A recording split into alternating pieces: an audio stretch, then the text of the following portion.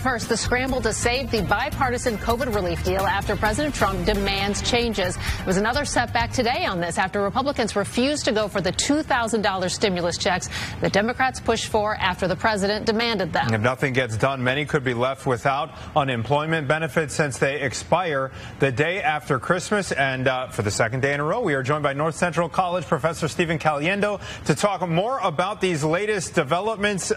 Good afternoon. Happy New Year. Happy Christmas Eve to you. Just 2 days ago, it looked like there would finally be this long-awaited stimulus bill, but now we're in limbo again. What update us on what the implications of this are?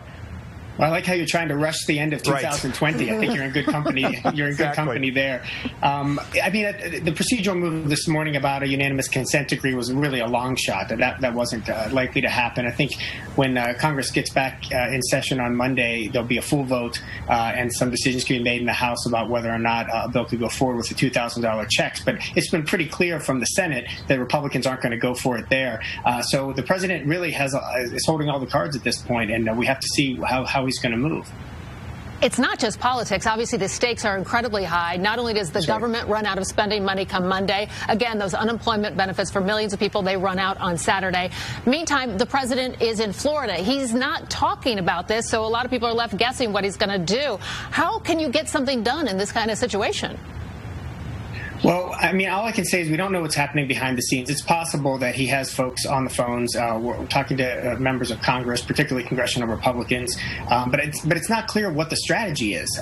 Does it have something to do with his desire to overturn the election?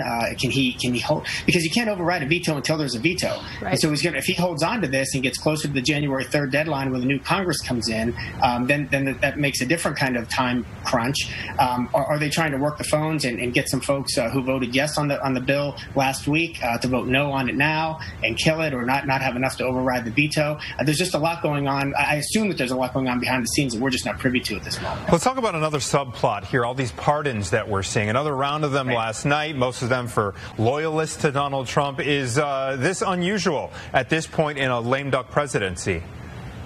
Having pardons, a flurry of pardons, is not unusual at the end of a president's term, particularly an outgoing president's term. What is unusual is how directly connected to the president they are. That is, not only friends and allies. Bill Clinton pardoned his brother. I mean, those kind of things happen occasionally.